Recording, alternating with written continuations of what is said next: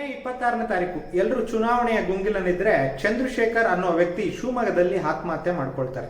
ಇವರು ವಾಲ್ಮೀಕಿ ಅಭಿವೃದ್ಧಿ ನಿಗಮದ ಲೆಕ್ಕ ನಿಗಮದ ಒಬ್ಬ ಅಧೀಕ್ಷಕ ಅಕೌಂಟೆಂಟ್ ಆಗಿರ್ತಾರೆ.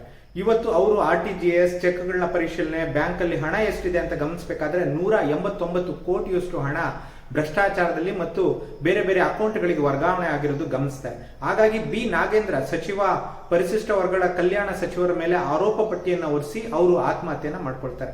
ನಂತರದ ಬೆಳವಣಿಗೆಯಲ್ಲಿ SIT ಫಾರ್ಮೇಶನ್ ಆಗುತ್ತೆ.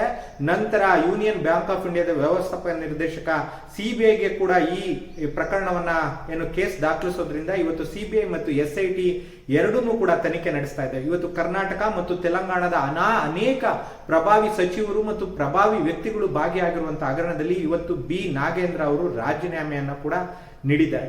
ಇದು 189 ಕೋಟಿ. ಬ್ಯಾಂಕ್ಗಳಿಂದ ಬ್ಯಾಂಕಿಗೆ ಅನೇಕ ಬೇನಾಮಿ ಕಂಪನಿಗಳನ್ನು ಸೃಷ್ಟಿ ಮಾಡೋದು ಮತ್ತು ವಸಂತನಗರದಿಂದ MG ರೋಡ್ಗೆ ಯೂನಿಯನ್ ಬ್ಯಾಂಕ್ ಅಕೌಂಟ್ ಅನ್ನ ಟ್ರಾನ್ಸ್ಫರ್ ಮಾಡೋದು, ಹಾಗೆ ವಾಲ್ಮೀಕಿ ಅಭಿವೃದ್ಧಿ ನಿಗಮದಲ್ಲಿದ್ದಂತ 50 ಕೋಟಿ ಹಣ ಡೆಪಾಸಿಟ್ ಹಣದ ಮೇಲೆ 45 ಕೋಟಿ ಹಣವನ್ನ ಸಾಲ ತೆಗೆದುಕೊಳ್ಳೋದು, ಹೀಗೆ ಒಂದೆರಡು ತಿಂಗಳಲ್ಲಿ ಸುಮಾರು 94 ಕೋಟಿಯಷ್ಟು ಹಣವನ್ನ ಇವರು ತೆಲಂಗಾಣದ ಕಾರ್ಪೊರೇಟ್ ಬ್ಯಾಂಕಿಗೆ ಟ್ರಾನ್ಸ್ಫರ್ ಮಾಡಿ ಅಲ್ಲಿಂದ ಆ ದಿನವೇ ಅದನ್ನ ತೆಗೆದುಕೊಂಡಿದ್ದಾರೆ. ಇವತ್ತು 100 ಕೋಟಿ ಹಣ ಈ ರೀತಿ ಜನರ ತೆರಿಗೆ ಹಣವನ್ನ ಕೆಲವು ಲೂಟಿಕೋರರು ಇವತ್ತು ಲೂಟಿ ಹೊಡಿತಾ ಇದ್ದಾರೆ.